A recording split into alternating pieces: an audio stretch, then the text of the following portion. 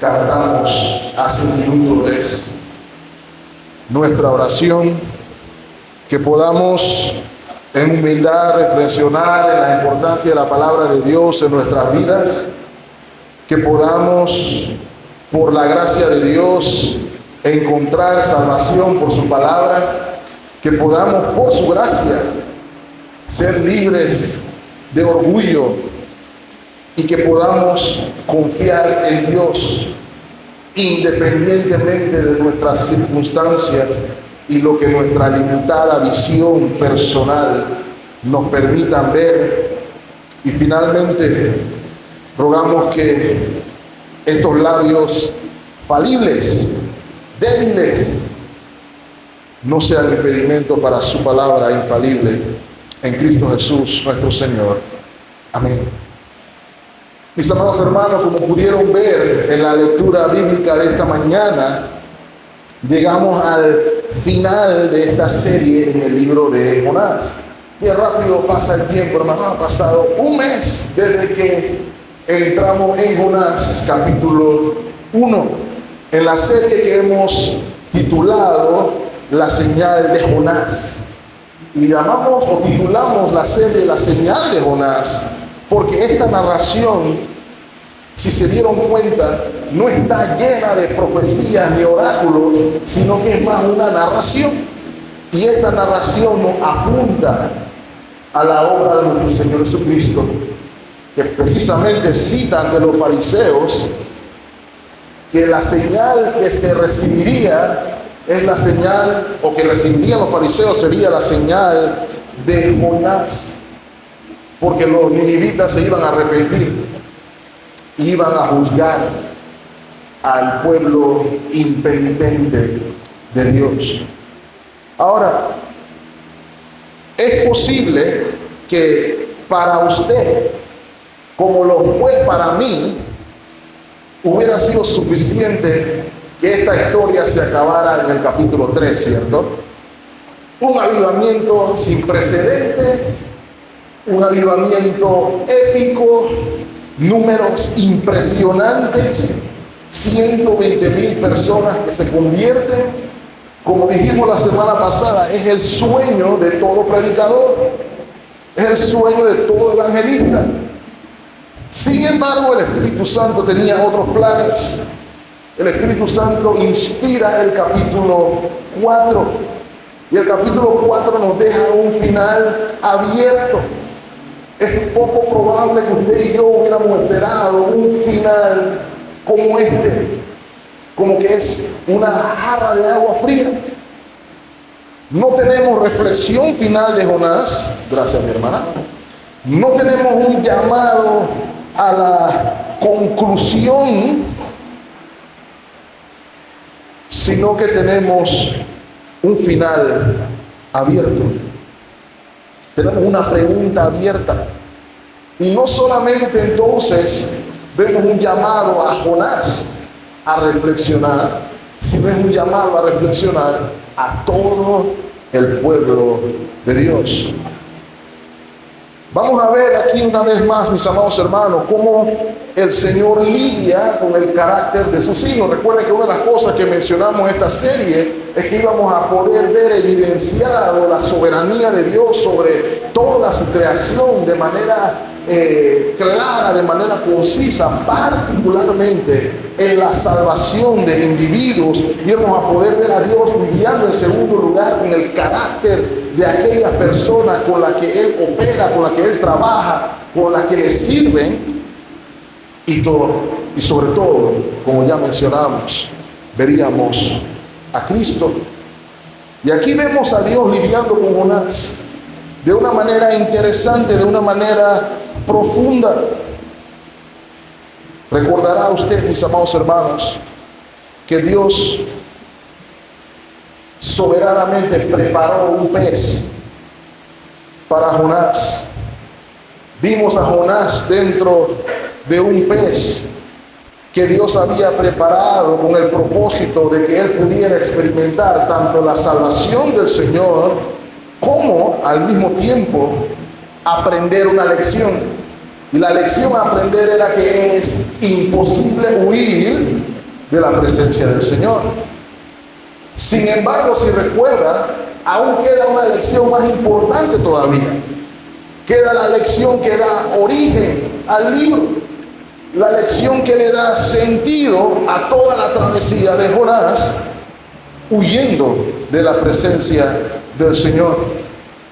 Y con la misma gracia con la que el pez fue preparado, el Señor va a preparar muchas más cosas, especialmente con una calabacera.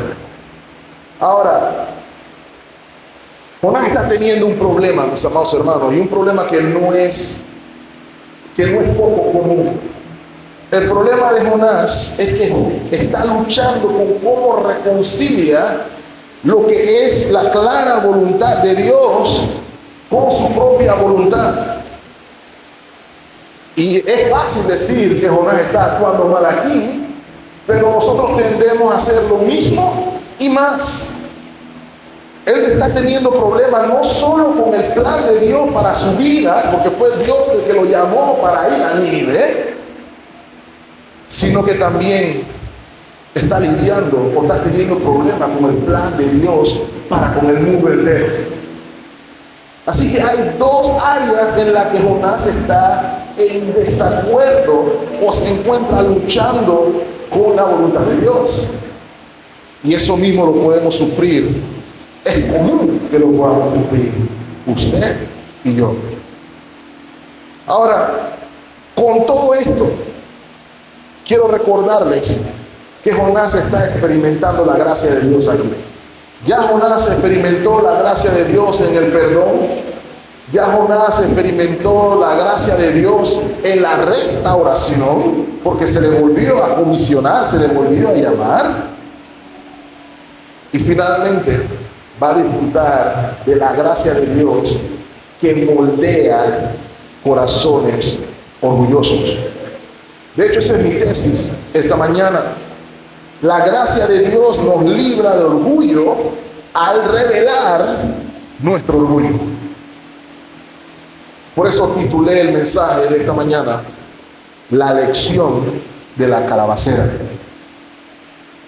Y hay dos puntos que quisiera que la iglesia observe esta mañana, porque nuestras lecciones se desprenden en primera instancia de la actitud de Jonás ante el avivamiento, y la segunda es la respuesta de Dios a la actitud de Jonás ante el avivamiento.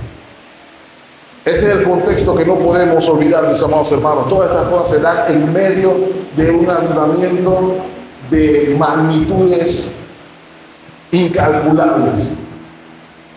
Así que vayamos primero, mis amados hermanos, a la actitud de Jonás, las cuales se ven descritas en los versos del 1 al 3. Ahora, antes que veamos el texto, permítanme recordarles que cuando terminó el capítulo 3, vimos corazones arrepentidos, vimos gente rasgándose las vestiduras, vimos gente inclusive haciendo que ayunaran los animales para que clamaran también a Dios. Había un llamado general por clamar a Dios y que tenga misericordia. Había un reconocimiento masivo de los pecados de la nación. Nadie los negó, nadie los ocultó, confesaron: hemos pecado. Todo eso es el resultado de la proclamación de Jonás. De hecho, si usted recuerda, Jonás anunció 40 días. 40 días. Y en ese tiempo, mi amado hermano, no se llegó ni siquiera a cumplir, porque instantáneamente, al momento, desde el día 1, la palabra de Dios comenzó a obrar, trayendo como resultado lo que vimos en el versículo 10. Capítulo 3, versículo 10 dice: y vio Dios lo que hicieron, que se convirtieron de su mal camino, y se arrepintió del mal que había dicho que les haría, y no lo hizo. ¿Ve? Dios, consecuentemente al anuncio de juicio, explica a sus oyentes que aquel que se arrepiente de su pecado encuentra perdón. Y eso es exactamente lo que está sucediendo aquí. Ahora, mis amados hermanos, por más impresionante que sea este avivamiento, eso no es lo más importante que se está dando aquí. Ese no es el énfasis del texto. Y es curioso porque considero yo, mis amados hermanos, que nosotros deberíamos estar orando por un avivamiento similar aquí en nuestro país. Sin embargo, mis amados hermanos, el énfasis no es el avivamiento, sino la reacción de Jonás. Y piénselo conmigo, mi amado hermano.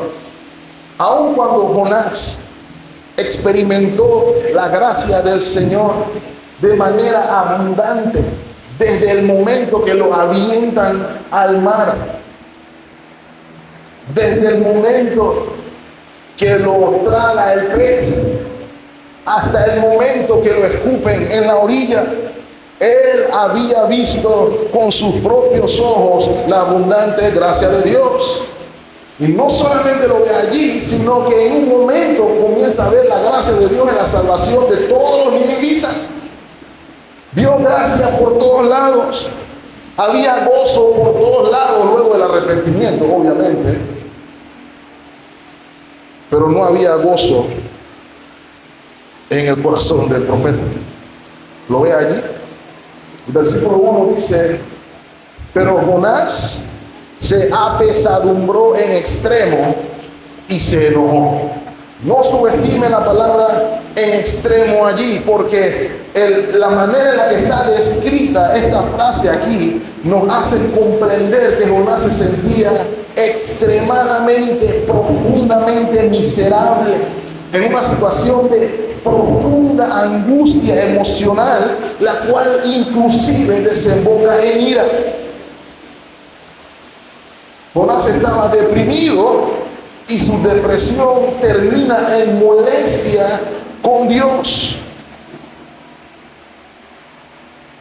Y la razón es sorprendente. Estaba molesto por la conversión de 120,000 ninivitas y que Dios los perdonara. ¿Lo ve allí? Eso sin duda es anticlimático, hermano. Eso es lo último que usted espera en un texto bíblico, ¿cierto? Gracias. Es lo último que usted anticiparía. Estoy bravo porque la gente se convirtió.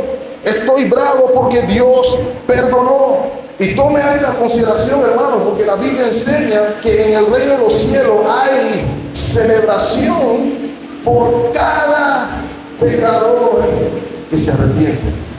Acá hay una lección interesante para nosotros, mis amados hermanos. Ahora, si lo considera bien, esto suena como una locura.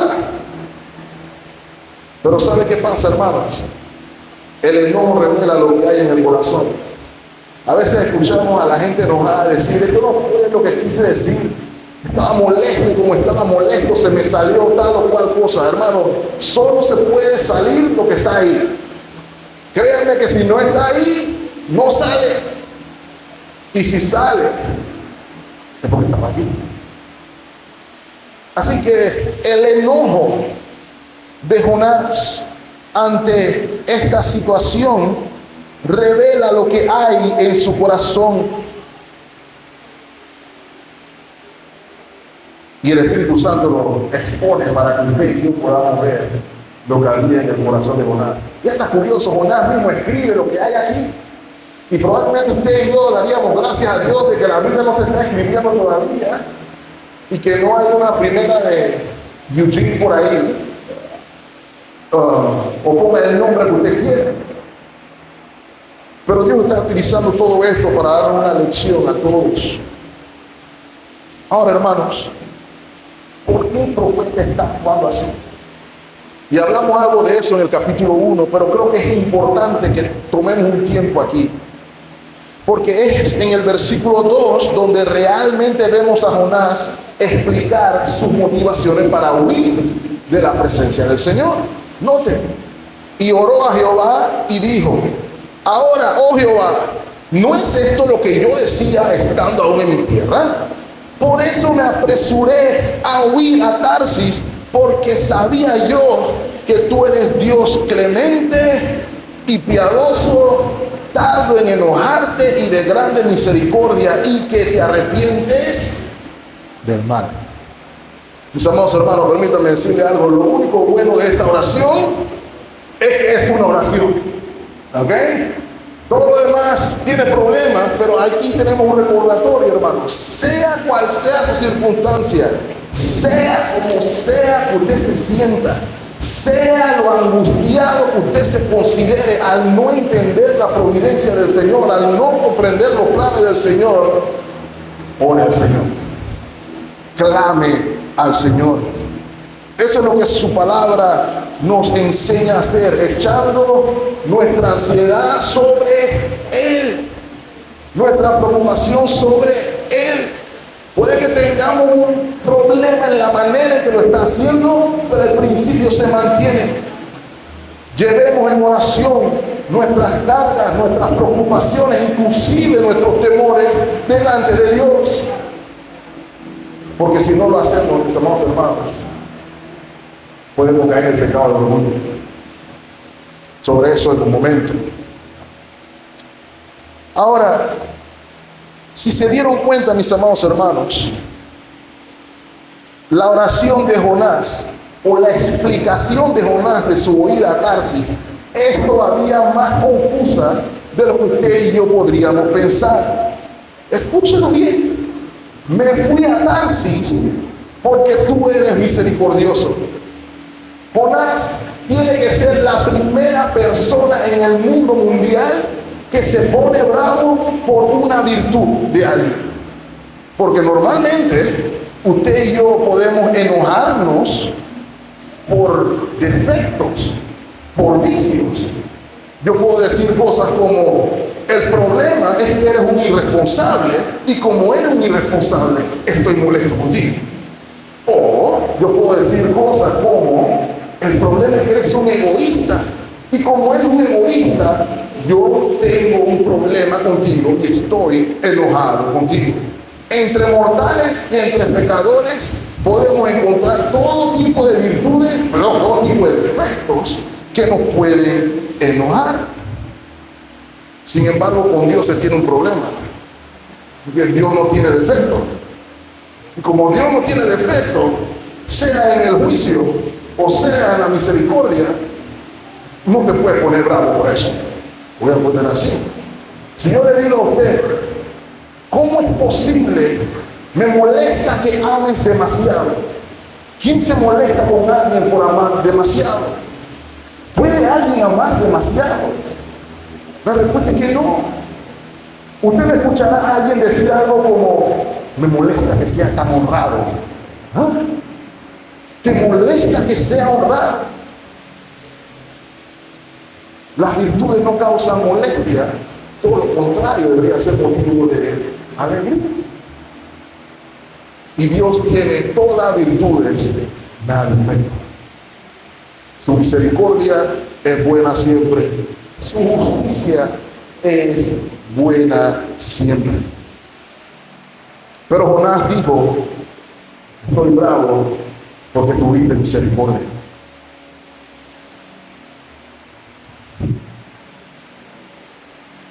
Usted y yo no tenemos derecho de acusar a Dios por dos razones, hermano. La primera: si yo encuentro vicio en Dios, estoy diciendo que yo soy superior a Él de alguna manera u otra, y que yo hubiera hecho lo que sea mejor que Él.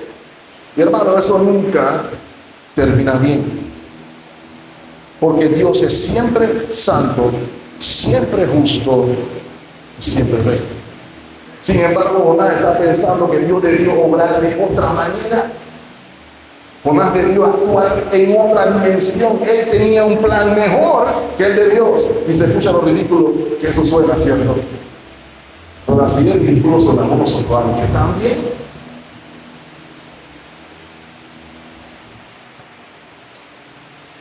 Dice el puritano Matthew Henry: Son muchos los que piensan que podrían gobernar el mundo mejor que Dios. Y tiene razón. No solamente ateos, los ateos de por sí piensan que pueden gobernar el mundo mejor que Dios. Pero hay cristianos también que se sienten con la autoridad de decir, esto estaba mal. Esto pudo haberse hecho de otra manera. Eso es un desconocimiento de Dios. Ahora, con todo lo que acabo de mencionar, eso no nos responde por qué Jonás estaba tan molesto porque Dios perdonara a los niños. Y ahora, hermanos, permítanme tomar un tiempo para explicarles lo que creo yo. Porque hay 4 razones. Quiero que sepan, hermanos, los teólogos andan peleando por qué Jonás actúa así. ¿Ok? Y creo que es un buen intento por querer darle sentido a lo que parece una locura por parte del profeta. Sin embargo, me parece que algunos de nosotros nos vamos por la vía más fácil. ¿Cuál es la vía más fácil? Por ejemplo, algunos consideran que Jonás no quería que Dios perdonara a los ninivitas por el temor de que su reputación como profeta se viera afectada. ¿Cómo es posible que un profeta anuncie 40 días y en 40 días no hay destrucción? Mi reputación se ve vista, la gente me puede acusar de falso profeta. Ese es el argumento de algunos. Y ojalá los falsos profetas pensaran así. Los falsos profetas, ellos disparan los suyos, dicen, inventan su historia. Mientras entre el dinero de la alcancía, a ellos no les interesa su reputación, no les interesa la reputación de Dios, no les interesa la reputación de las almas, solamente que haya chimbilí. Esa es una de las opiniones. La segunda está ligada. Él no estaba tan preocupado por su reputación, sino por la de Dios. ¿Cómo se vería Dios ante el mundo si Él anuncia el juicio contra Nínive y luego cambia de opinión? Esa es una figura de debilidad. La reputación de Dios se vería en riesgo.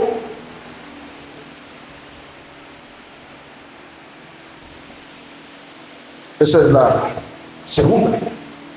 Hay una tercera. La tercera para mí es la peor, pero esa es mi opinión, y así que no importa. La tercera es un patriotismo pecaminoso, un patriotismo xenófobo, un patriotismo en el que él no puede concebir que Dios perdone a alguien que no sea el pueblo escogido de Dios. Ese es el argumento, la opinión de algunos hermanos. Y bajo todos esos principios se pudiera entender por qué Jonás está actuando así. Pero yo tengo 2 problemas con todas esas posturas. La primera, Jonás nos está diciendo, ¿por qué? Él está diciendo allí, porque eres clemente y misericordioso, tardo para la ira. Es lo que está diciendo ahí. Él ya sabía que los iba a perdonar desde antes que saliera de Nínive. Si no, no hubiera oído. Lo van a perdonar, así que no voy. Así que eso descarta la primera. Él sabía que su predicación conllevaba la oportunidad de arrepentimiento, como la predicación de todos los profetas. Igualmente, mis amados hermanos, la reputación de Dios se mantiene intacta bajo esta circunstancia, porque Dios no está obrando fuera de su carácter. Él lo está diciendo, eres fuerte, eres misericordioso, tardo para la ira y grande en misericordia. Él es así.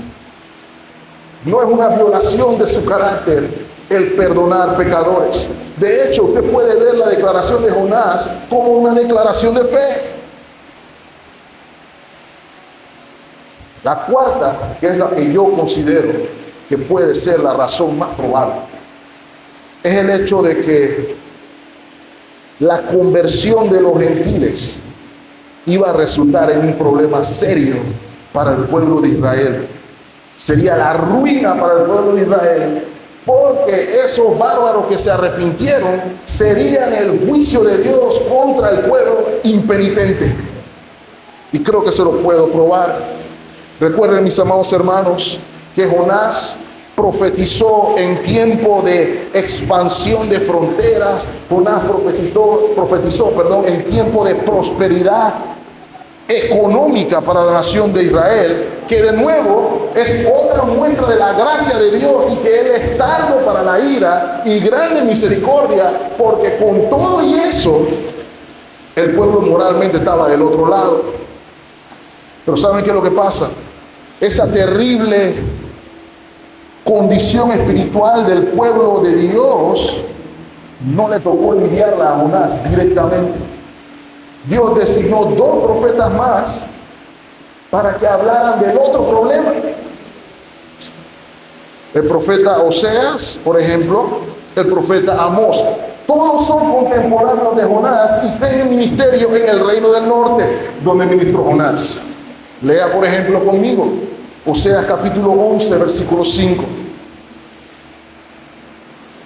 Este es referente al pueblo de Dios. No volverá a tierra de Egipto, sino que, ¿quién será el rey? El asirio mismo será su rey. ¿Y por qué será su rey? Porque no se quisieron convertir. Amós, capítulo 5, versículo 27. Os haré pues transportar más allá de Damasco, ha dicho Jehová, cuyo nombre es Dios de los ejércitos. ¿A dónde lo va a transportar? Más allá de Damasco. ¿A dónde? Los asirios. Mis amados hermanos, nuevamente, ¿cuál es la razón de estos terribles oráculos del Señor para el pueblo de Israel? Su terrible condición espiritual y la dureza de su corazón.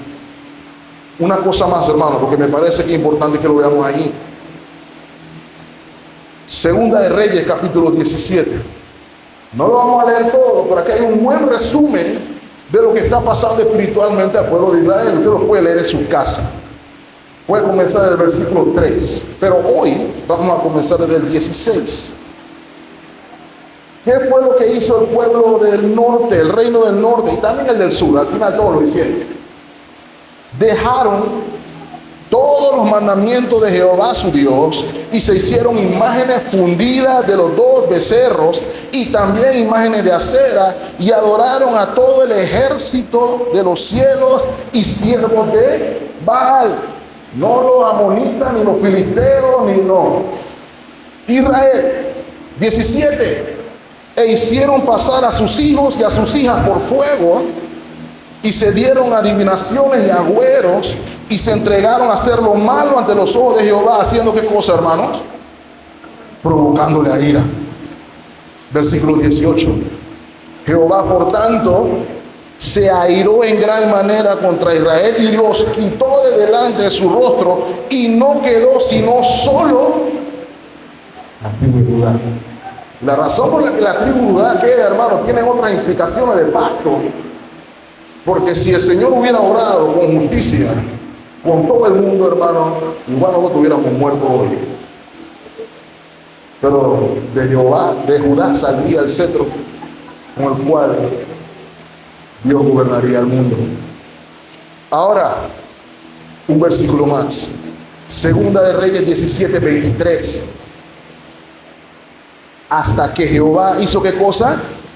Quitó a Israel de delante de su rostro, como Él lo había dicho, por medio de ¿quiénes? De sus siervos los profetas. Jonás, Oseas, Isaías, Amós, todos. ¿Por qué? Porque Jehová es grande en misericordia, lento para la ira. ¿Lo están viendo ahí, hermanos? Israel fue llevado cautivo de su tierra a Asiria hasta hoy. ¿Lo ve ahí? La realidad del juicio nos alcanzó, mis amados hermanos, allá por el siglo VIII antes de Cristo, Almanzar V invadió Israel y marchó hacia Samaria, y ya para el año 722, un tal Sargón II tomó Samaria. Se acabó. ¿Lo ve ahí? Mi amado hermano, el asunto aquí es que la declaración de fe de Jonás revela parcialmente la actitud de Dios hacia el pecado, no la revela completa. Acompáñeme a Éxodo 34, versículo 6. Y pasando Jehová por delante de él, de Moisés, proclamó: Jehová, Jehová, fuerte, misericordioso y piadoso, tardo para la ira y grande en misericordia y en verdad. Y ahí todo el mundo dice amén, y ese es el Dios que todo el mundo quiere. No, Dios es todo amor, Dios es todo amor, Él ama a todo el mundo, Él tiene que dar espacio a todo el mundo. Yo no creo en un Dios que no sea amor. El pasaje no termina allí. Versículo 7. Que guarda la misericordia a millares, que perdona la iniquidad, la rebelión y el pecado. Y todo el mundo dice amén. Pero no termina ahí tampoco, ¿cierto? El pasaje sigue diciendo: y que de ningún modo tendrá por inocente al culpable o al malvado, que visita la iniquidad de los padres sobre los hijos y sobre los hijos de los hijos hasta la tercera y a la cuarta generación. Y esa es la parte que a nadie le gusta ver. Esa es la parte que a nadie le gusta. Mis amados hermanos, el perdón de la rebelión y la iniquidad está en la fe, en la obra consumada del Mesías, del Hijo de Dios. Y quiero recordarles, sin fe en la promesa de Dios, hay juicio. Si no confiamos en la esperanza que nos da Dios en Cristo, hay juicio. Créame que Dios es glorificado tanto en el perdonar pecadores como en el juzgar pecadores. Todo trae gloria a Dios. Hay una quinta razón por la que la gente cree que Jonás huyó, y es todas las anteriores. Yo me quedo con la cuarta. Ahora, hay que avanzar un poquito más, porque si no nos quedamos aquí. Quiero que noten, mis amados hermanos, la profundidad de la reacción de Jonás. Es cierto, mis amados hermanos, y si es así como lo estoy mencionando, que la razón del enojo de Jonás son las implicaciones del arrepentimiento de los ninivitas para el pueblo impenitente de Israel, usted puede entender un poquito mejor la reacción visceral de él. No se justifica, pero puedo entender, él no estaba loco. Ninguno de ustedes quisiera oír que Dios dijera: mañana voy a borrar Panamá y voy a enviar al peor enemigo de los panameños a que borre Panamá, y nosotros vamos a estar de que, ¿verdad, Señor? Esa es tu voluntad. Esa debería ser la respuesta, ¿cierto? Pero probablemente no estaríamos felices. Miren la reacción de Jonás, versículo 3. Ahora pues, oh Jehová, te ruego que me quites la vida, porque mejor me es la muerte que la vida. Así se siente el profeta.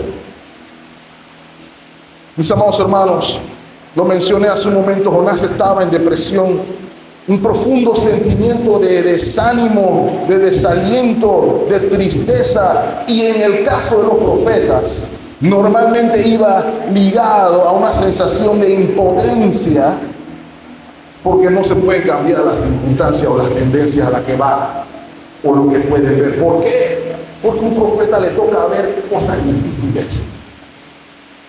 Lo del Antiguo Testamento, lo de ahora ven una más pura arcoíris y todo está bien, paz y prosperidad para todo el mundo. Los profetas de antes tenían que ver otro tipo de cosas difíciles.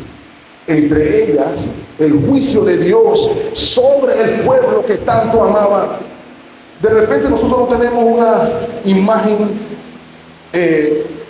nacional para verlo, y lo único que se me ocurre para ilustrarlo es algo más que nada personal. Aquel que ha sido padre y ve que su hijo va lejos de Dios en alguna manera u otra y trata de advertirle, ese padre no está feliz. Ese padre quiere que su hijo se salve a toda costa, quiere que Dios lo salve. Esa es la sensación, es angustia. Algunos prefieren morir antes que vea a su hijo o hija en lo que no debe. Esa es la imagen que tengo yo en la cabeza. Y eso es lo que tenían que ver los profetas todos los días. ¿Quieren que le dé un ejemplo? A una expresión casi idéntica a la que vemos aquí de Jonás. Primera de Reyes, capítulo 19. Profeta Elías, ¿se acuerdan? Profeta Elías tiene una de las victorias más grandes que se pueden ver en el mundo mundial. Humilló horriblemente a los profetas de Baal, ¿cierto? Estaban esos hombres gritando y latillándose para ver si caía fuego del cielo. Todos nos reímos con Elías riéndose de los profetas de Baal. Griten más duro. Pero usted pensaría que luego de ese evento el pueblo de Dios dijera, oh, qué grande es nuestro Dios. ¿Vieron cómo se humilló a Baal? Volvámonos al Señor y arrepintámonos de nuestro pecado. No, eso no fue lo que pasó. A Elías le tocó ver que el pueblo se endureció. Y no solamente que el pueblo se endureció y que no hubo avivamiento, sino que ahora el gobierno estaba en su contra. Eso fue lo que le tocó al profeta. Los de antes, lo de ahora no tienen ese problema. Miren lo que dice el versículo 10. Él respondió, he sentido un vivo celo por Jehová, Dios de los ejércitos. ¿Por qué, mis amados hermanos? Porque los hijos de Israel han dejado tu pacto, han derribado tus altares y han matado a espada a tus profetas. Y solo yo he quedado y me buscan para quitarme la vida. Eso es lo que sentía el profeta. Mis amados hermanos, usted y yo podemos pensar que hay muchas razones posibles para la reacción de Jonás. Hay muchas definiciones, hay muchas ideas, pero lo que sí están de acuerdo todos los teólogos, todos los eruditos, independientemente de las motivaciones que hubiera podido tener Jonás, el pecado suyo radica en que su voluntad no se alineó con la voluntad de Dios. Ese fue el pecado de Jonás. A Jonás se le olvidó que la voluntad de Dios es siempre agradable y siempre perfecta, aunque yo no la entienda, lo que nos pasa a veces también. Ese es el pecado de Jonás aquí. Aun cuando yo pueda pensar tener un celo profundo por el pueblo de Dios, nada te justifica a ir en contra de Dios, porque estás diciendo, yo sé mejor que tú, Señor. Y ese es un problema. Sin embargo, quiero cerrar con la respuesta de Dios a la actitud de Jonás ante el avivamiento. A partir del versículo 4, Dios vuelve a lidiar con el profeta. Y lo que estos versículos nos van a permitir observar, mis amados hermanos, una vez más, es la gracia de Dios en acción. Una y otra vez, el profeta revela abiertamente su pesadez, su enojo. De hecho, se vuelve a ratificar, quítame la vida, no los tolero más. Y Dios le responde con gracia. Él no tenía que hacer eso, hermano. Yo me puse a pensar mientras estaba leyendo el pasaje, si eso hubiera sido yo, voy a meter al otro, voy a llamar al otro ya, no, ya está perdido el tiempo con este hombre todo el tiempo. Lo salvo de ahogarse, lo sobrevive dentro del vientre de un pez, medita y me dice que entendió y que la salvación es de Jehová y todo lo demás. Ve lo que hago en Nínive y todavía dice que está bravo conmigo. Conmigo está bravo. Pero Dios muestra gracia. El hecho de que no nos trata como nuestros pecados merecen es lo que hace a nuestro Dios tan especial. Dios pudo haber respondido de otra manera, sino que decidió lidiar con él con gracia.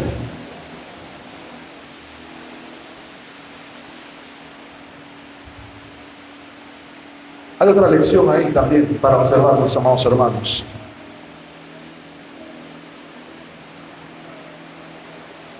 Dios está revelando aquí que todos sus hijos estamos en un proceso y que Dios lidia con todos sus hijos hasta que se cumpla el proceso. Dios no había terminado con Jonás en el capítulo 1, no había terminado con Jonás en el capítulo 2, no había terminado con Jonás en el capítulo 3 y tampoco ha terminado con Jonás en el capítulo 4, así como Dios no ha terminado de lidiar con usted y conmigo. Si se dan cuenta, mis amados hermanos, si leyeron la historia de la calabacera, el punto no es que Jonás esté cómodo. El punto no es que Jonás se sienta bien, porque si no, Jonás no hubiera terminado bravo. El punto aquí es que Dios estaba llevando a su siervo al entendimiento de que Él es el soberano y no Jonás, de que Él es Dios y Jonás no.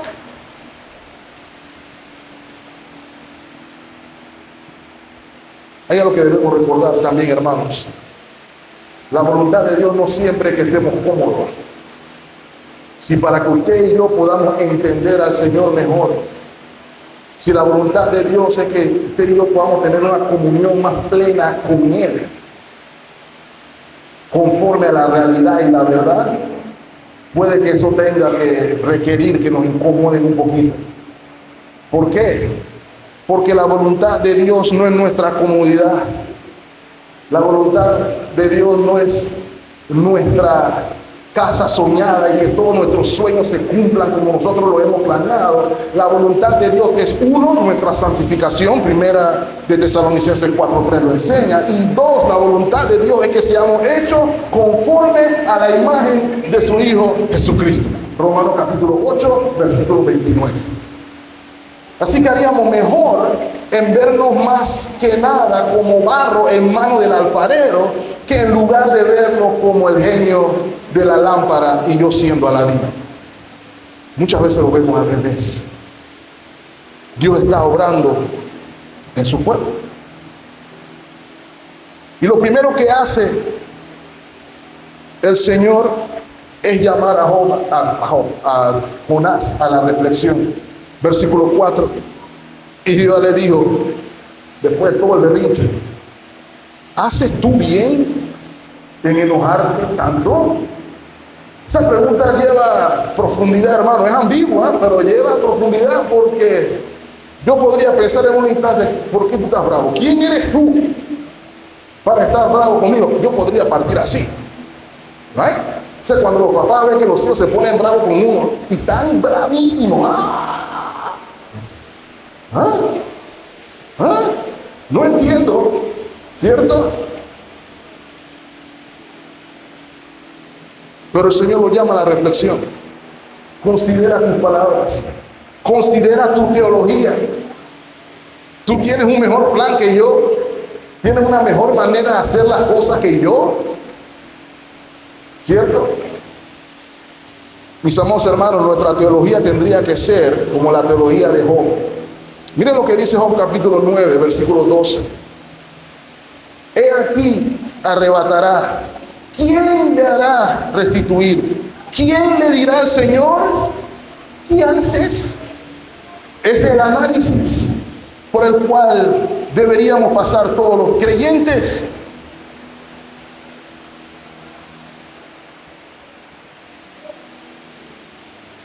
Mis amados hermanos, el Señor lidia con él con gracia. Le está diciendo, considera tu actitud, considera tus motivaciones, cualquiera que sea, aun cuando no me hayas creído a mí. Considera tu actitud al estar molesto e indignado. Y miren la respuesta en el versículo 5. Y salió Jonás de la ciudad y acampó al oriente de la ciudad, y se hizo allí una enramada, o se hizo ahí un pequeño tabernáculo, se hizo ahí una pequeña tolda, es lo que debemos entender ahí, y se sentó debajo de ella a la sombra hasta ver qué le acontecería a la ciudad. Ese pasaje todavía es difícil de leer, hermano, porque aún cuando Dios le está diciendo, hey, medita lo que estás haciendo, ¿no? Piensa un poquito en cuál es tu actitud con respecto a mí, lo que está pasando en Nínive. Acuérdate quién soy yo, acuérdate quién eres tú. Ese tipo de cosas. Jonás dice, ya lloré. Ya lloré. Y como lloré, yo ahora voy a sentarme aquí en un puesto especial. Voy a hacerme un pequeño rancho y voy a sentarme a ver que Dios conteste mi oración. En algún momento de su mente, Jonás todavía albergaba la experiencia de que Dios iba a destruir Nínive.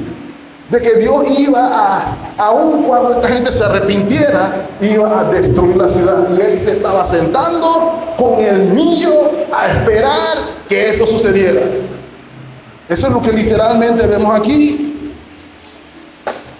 Pero hermano, no nos pasa lo mismo cuando oramos, ¿cierto? Cuando oramos nosotros también queremos que Dios haga nuestra voluntad. A lo que yo quiero, Señor, yo oré, hice un ayuno de 40 días para que me diera el trabajo que yo estaba esperando y tenía que ser con el salario que yo quería, a la hora que yo quería y como tenía que ser. Tienes que hacer mi voluntad, Señor. De nuevo, no es lo mismo ver al Señor como un alfarero que verlo como el genio dentro de la lámpara. Y lastimosamente muchos los creyentes los vemos así. Pero mi amado hermano, quisiera recordarle algo. La oración modelo es un recordatorio de algo, ¿cierto? Mateo 6:10 nos enseña cómo se debe orar. Venga tu reino, hágase tu voluntad, como en el cielo, así también, ¿dónde, hermanos? En la tierra. Porque se nos olvida, eso es lo que nos quiere recordar la oración modelo, es que el fin de todas las cosas, todo lo que sucede, el fin de todo es la gloria de Dios, y que la voluntad de Dios siempre apunta a la gloria de Dios, y que siempre la gloria de Dios repercute en el bien de sus hijos. Ese es el punto. Por eso yo debo poder orar, Señor, que sea tu voluntad y no la mía. Porque tu gloria siempre termina en el bien. La pregunta es, ¿lo creo o no? Pero Jonás dijo, Señor, estoy bravo porque perdonaste a los ninivitas. Haz algo al respecto y me voy a sentar aquí a esperar. Eso es técnicamente lo que está sucediendo aquí, mis amados hermanos. Y aquí es donde entra entonces la lección de la calabacera. Versículo 4. Preparó Jehová Dios una calabacera. Ahora, hermano, nadie sabe exactamente qué planta era. Lo que dice el texto es que era una planta. ¿Ok? Era una planta. Pero se favorece, o la idea que si una calabacera es favorecida porque es una enredadera, tiene hojas anchas cuando crece y crece rápido. Pero hermano, no me importa qué tan rápido crezca una calabacera o cualquier planta, ninguna crece en un día. ¿Ok? Así que lo que tenemos que observar aquí es que Dios está obrando soberanamente, milagrosamente, para darle una lección a su hijo. Ese es el punto a observar. ¿Ok? Note los verbos. Preparó una calabacera, preparó un gusano, preparó un viento solano. Dios está obrando de una manera para traer una convicción o enseñar una lección a Jonás, la cual creció, la calabacera, sobre Jonás, para que hiciese sombra sobre su cabeza y le librase de su malestar. Y Jonás se alegró grandemente por la calabacera. Pero al venir el alba del día siguiente, Dios preparó un gusano, el cual hirió la calabacera y se secó. Y aconteció que cuando salió el sol, preparó Dios un recio viento solano, y el sol hirió a Jonás en la cabeza y se desmayaba, y de nuevo deseaba la muerte, diciendo: mejor sería para mí la muerte que la vida. Ahora, hermanos,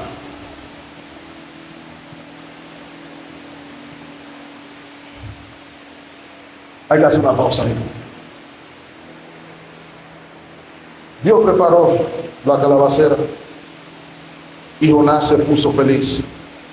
A lo mejor el tabernáculo que había hecho se estaba deteriorando, el sol estaba insoportable, y Dios preparó la calabacera. La calabacera entonces le da alivio de su malestar, y él está feliz, muy feliz. Pero un gusano que Dios también preparó mata a la calabacera, y ahora Jonás pasa al otro extremo. Ya a esta altura no está un esquizofrénico, ¿cierto? Pasó de la felicidad absoluta a la más profunda depresión en un solo instante. Entonces, versículo 9, el Señor le pregunta: ¿tanto te enojas por la calabacera? Se hace la misma pregunta, o similar a la primera, porque llama a la reflexión. Y él respondió: mucho me enojo. Hermano, no hable con Dios así, ¿ok?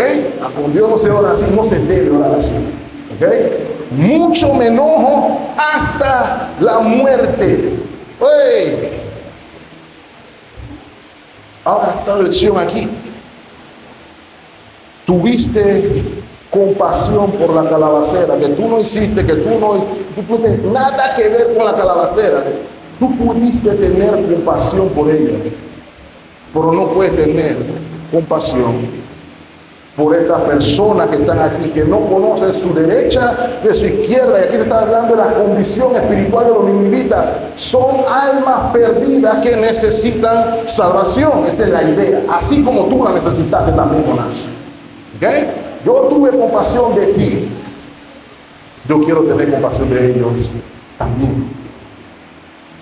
La lección aquí es que Dios se compadece de pecadores en general. Y a veces se nos olvida que somos todos pecadores en general. Pero hay algo más, mis amados hermanos, que no quisiera que pasáramos por algo. Es fácil pegarle a Jonás. He escuchado que no, lo que pasa es que Jonás era un egoísta, materialista, estaba más preocupado por una planta que por gente. Y yo le haría la pregunta, hermano: ¿ustedes de verdad creen que Jonás amaba más la calabacera que personas pudieran ser salvas por Dios? A mí me cuesta, porque ese no es el Jonás que hemos visto al principio. Cuando Jonás estaba en el barco y el barco se estaba hundiendo por las olas, él pudo decir: nos vamos todos, por lo menos me llevo un par conmigo. Él pudo haber dicho eso. Pero él les dijo: si me tiran a mí abajo, se van a salvar. ¿O no? ¿Ok? Ahí sin duda alguna, él estaba menos preocupado por su vida que por la salvación de estos individuos. Y que me diga a mí ahora que él ve una planta creciendo que le dio alivio, esa es la razón por la cual él está bravo y maldiciendo al Señor. Para mí, al menos es simplista esa aseveración. Por lo menos para mí. Pero el viento solano era muy fuerte, lo era, genuinamente fuerte, porque si usted ve el texto bíblico, no solamente era que el viento arrebataba el calor, sino que ese viento era fuerte, huracanado. Se sentía que se estaba desmayando o que se iba a morir de nuevo, de manera literal también.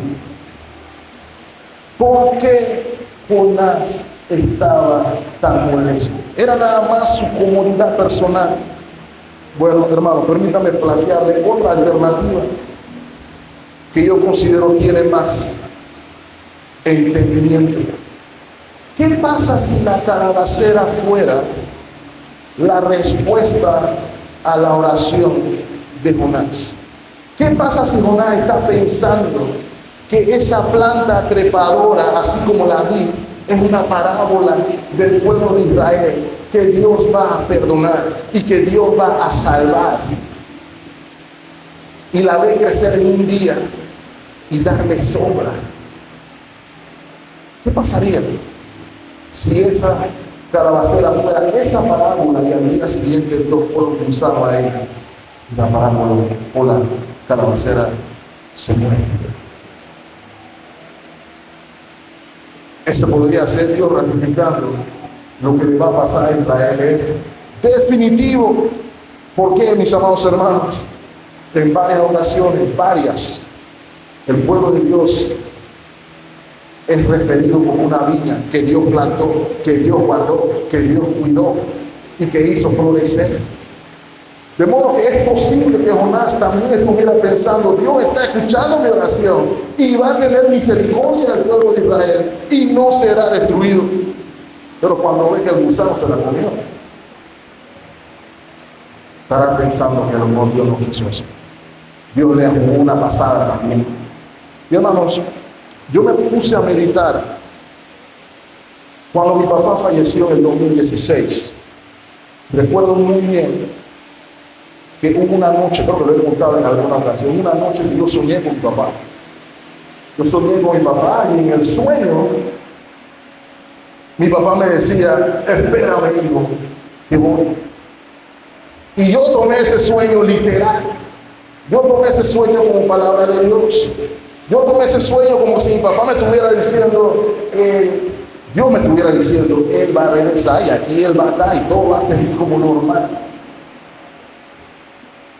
Por lo menos eso es lo que me habían dicho que los sueños hacían. Pero la realidad no fue eso. Eso es lo que yo hubiera querido. Pero la voluntad de Dios era otra. La voluntad de Dios era llevárselo. Y la respuesta correcta ante cualquiera sea la decisión del Señor es: Jehová dio, Jehová quitó, bendito sea el nombre del Señor. Forever and ever.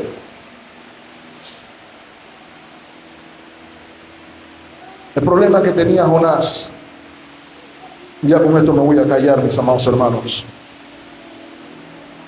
Jonás no pudo ver el plan de Dios para la verdadera Israel, para el verdadero Israel como lo describe el apóstol Pablo.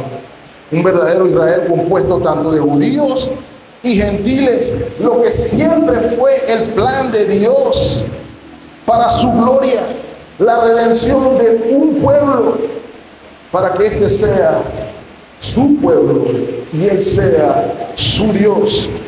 El cumplimiento de la promesa hecha a Abraham: en ti serán benditas, mis amados hermanos, todas las familias de la tierra. Pero Jonás no lo vio. Y está bien, puede que no lo veas, puede que no entiendas el plan de Dios, puede que no seas capaz de comprender por qué Dios está haciendo lo que está haciendo o está obrando como está obrando. Sin embargo, no tenemos derecho a desconfiar de Él. Porque tenemos ejemplos. Y el mejor ejemplo es el Señor Jesucristo, que tenía preocupación por los israelitas, ¿cierto? ¿Se acuerdan ustedes? Cuando Jesús llega a Jerusalén, dicen los evangelios que el Señor lloró ante Jerusalén. Jerusalén, Jerusalén, que mata a los profetas, que se te son enviados, los apedrea y todo lo demás. ¿Cuántas veces quise recogerte, pero tú no quisiste? Pero el Señor no dijo: no voy a la cruz por eso. Pues el Señor no dijo: Señor, no voy a hacer nada hasta que salga lo mío. No permita que Jerusalén sea destruido. ¿Por qué cito este ejemplo, hermano? Porque el Señor está alineado a la voluntad del Padre, de la misma manera que usted y yo debemos estar alineados a la voluntad de Dios. Lucas 22:42 dice el Señor: Padre, si quieres, pasa de mí esta copa, pero no se haga qué cosa, mi voluntad, sino la tuya. Esa es la diferencia, mis amados hermanos. El Señor también tenía un amor genuino, aprecio por el pueblo, la comunidad del pacto. Sin embargo, nunca fue en contra de la voluntad de Dios. Siempre vio el plan de Dios como bueno. De hecho, la promesa apunta a una raíz todavía más frondosa que ese árbol, que esa planta. Como ya mencioné, el verdadero Israel. Note conmigo Isaías capítulo 11, versículos 1 y 2. Saldrá una vara del tronco de Isaí y un vástago retoñará de sus raíces y reposará sobre él espíritu de Jehová, espíritu de sabiduría y de inteligencia, espíritu de consejo y de poder, espíritu de conocimiento y de temor de Jehová. Isaías 53, versículo 2. Subirá cual renuevo delante de él y como raíz de tierra seca. No hay parecer en él, ni hermosura le veremos, mas inatractivo para que le deseemos. Despreciado, disculpen, y desechado entre los hombres, varón de dolores, experimentado en quebranto, como que escondimos de él el rostro, fue menospreciado y no le estimamos.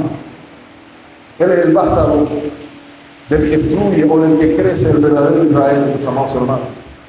Y otra cosita que es importante recordar aquí, mis amados hermanos, esa lección del gusano y del árbol o la planta todavía se puede ir más profundo, hermano, en el sentido siguiente.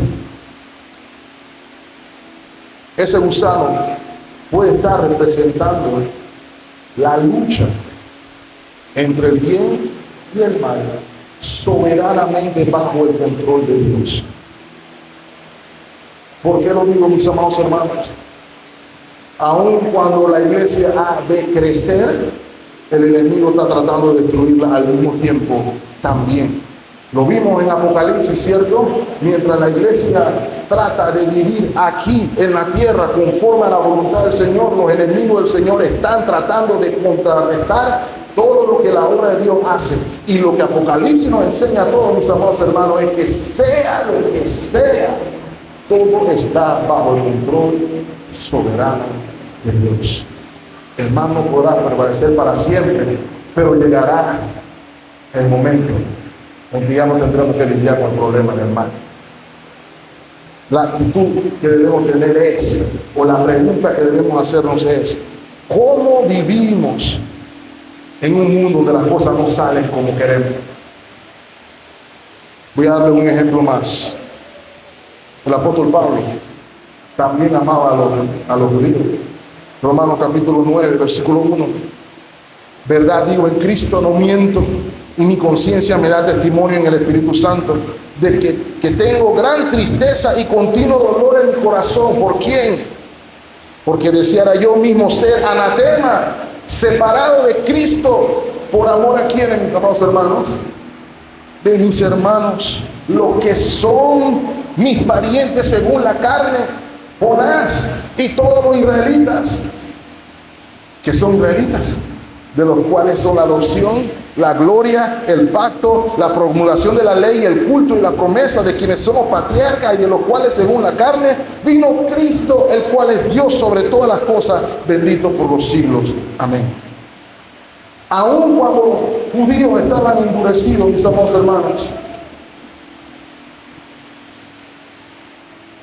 Pablo no renegó de la misión. Pablo predicó a los gentiles. Pablo se mantuvo firme, confiando en lo que Cristo vino a hacer. Y esa es nuestra vocación también, mis amados hermanos. Pablo no se opuso al plan de Dios a los gentiles. ¿Ok?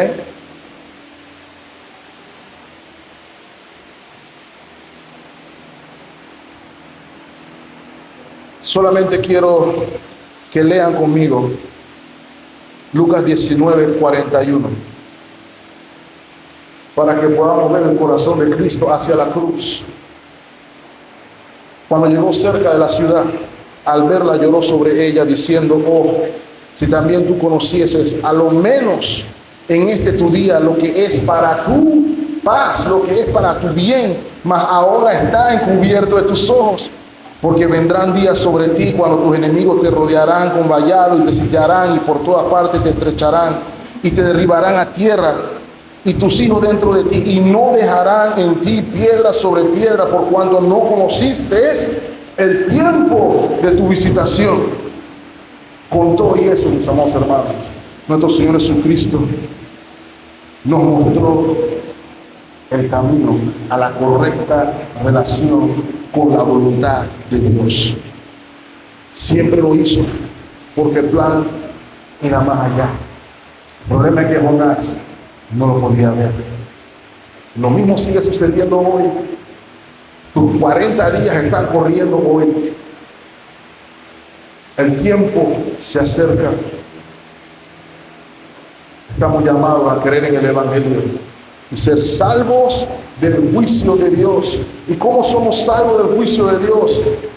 Abraza la provisión que Dios hizo para ti. Ven a Cristo en arrepentimiento y fe. Ahora, hermanos, ¿cómo lo aplicamos? Lo primero, hermanos, quisiera exhortar a la iglesia en que este pasaje es un recordatorio de que hemos de pedir por la gracia de Dios que aprendamos a regocijarnos en Dios a pesar de nuestras circunstancias. Filipenses capítulo 4:4 nos exhorta: regocijaos en el Señor siempre. Otra vez os digo, regocijaos. ¿Cómo es eso posible, mis amados hermanos? Cuando conocemos a Dios, cuando conocemos que Él es el alto y sublime, cuando conocemos que es el soberano, cuando conocemos que Él y su voluntad son siempre justas, agradables y perfectas, aunque no las entendamos, lo que compete es confiar en su gracia y regocijarnos en Él. Lo decía el teólogo Augusto Toplady: la responsabilidad de la gracia es levantarnos del polvo, asentarnos en Cristo, la roca de la eternidad, poner en nuestras bocas un cántico nuevo de salvación y conducir nuestros pasos por el camino de los mandamientos de Dios. Eso es todo, y esto nos capacita para regocijarnos en el nombre de Cristo todo el día.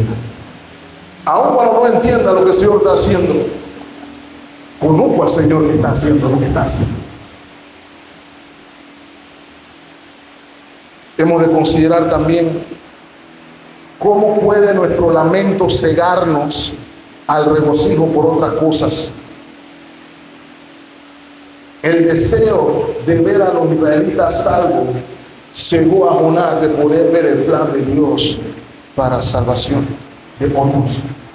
A tal punto de que Jonás no pudo regocijarse por la salvación de otras personas. Si nos mantenemos enfocados, podemos alegrarnos con quien se alegra y entristecernos con quien se entristece, porque esto es bueno. Finalmente, ¿puede tu orgullo ser obstáculo para regocijarte en la voluntad de Dios? Puede que las providencias que te desagradan o que no comprendas, en lugar de llevarte a la obediencia, te lleven a la desobediencia. Mis amados hermanos, que no nos encontremos nunca en la situación de que el no entender a Dios nos lleve a desobedecer a Dios en lugar de obedecer a Dios. No, esto me voy a callar, hermanos. Tenía un compañero de trabajo que falleció, y en los tiempos que teníamos conversación con él sobre la palabra, sobre el evangelio, sobre todas estas cosas, una de las cosas que me decía es que yo estoy viviendo así porque estoy bravo con Dios. ¿Y por qué estaba bravo con Dios? Porque según él, Dios le quitó un hijo. Y como Dios le quitó un hijo, él estaba viviendo como estaba viviendo. Porque estoy bravo con Dios, voy a vivir así. Y a lo que me refiero con esto, hermanos, es cuidado con pensar que la providencia de Dios que no comprendo, que es legítimo no comprender, me lleve a pensar que estoy justificado para actuar en contra de Dios. Y la única respuesta que yo le pude dar, mi amado hermano, porque ese tema no es fácil, pero ese Dios que quitó a tu hijo de ti, es el mismo Dios que dio a su hijo por ti. Nunca perdamos esa idea de la ecuación. Dios entregó a su hijo unigénito para que usted y yo podamos ser salvos. Y no hay mayor muestra de amor que esa. Eso fue lo que llevó a Job a decir: Jehová dio y Jehová quitó. Bendito sea su nombre, porque él sabía que su Redentor vive y con él se iba a levantar un pueblo. Me callo con la cita de Juan Calvino, mejor dicho. Dice el reformador: aprendamos por el ejemplo de Jonás a no medir los juicios de Dios según nuestra propia sabiduría, sino a esperar hasta que Él convierta las tinieblas en luz, y al mismo tiempo aprendamos a obedecer sus mandamientos, a seguir su llamado sin ninguna disputa, aunque el cielo y la tierra se opongan a nosotros, aunque surjan muchas cosas que pueden desviarnos del camino recto. Mantengamos firme esta resolución, que nada es mejor para nosotros que obedecer a Dios y avanzar por el sendero que Él nos ha señalado. Yo creo que eso es lo que nos enseña la vida de Jonás. Oremos, hermanos. Señor, gracias por tu palabra. Gracias por recordarnos que tú eres el soberano y que aun cuando no entendamos todo, que podamos reconocer y confiar en quién eres, que tu carácter es bondadoso, que eres grande en misericordia, que eres lento para la ira, que eres amoroso para con tu pueblo, que lidias con gracia para con nosotros. Ayúdanos, Señor, a serte obedientes en la proclamación del Evangelio de salvación. Ayúdanos, Señor, a serte obedientes con nuestras vidas, que podamos cumplir, Señor, confiando en ti, en el poder del Espíritu, con aquello que nos encomiendas. Líbranos de orgullo, líbranos de la autojustificación y llena nuestros corazones con la palabra: heme aquí, envíame a mí. Permítenos, Señor, conocerte en la grandeza de tu santidad y de tu salvación, y que podamos disfrutar en plenitud de la comunión contigo, el autor y consumador de nuestra fe. Es en Cristo Jesús que lo pedimos. Y el pueblo de Dios dice: amén y amén.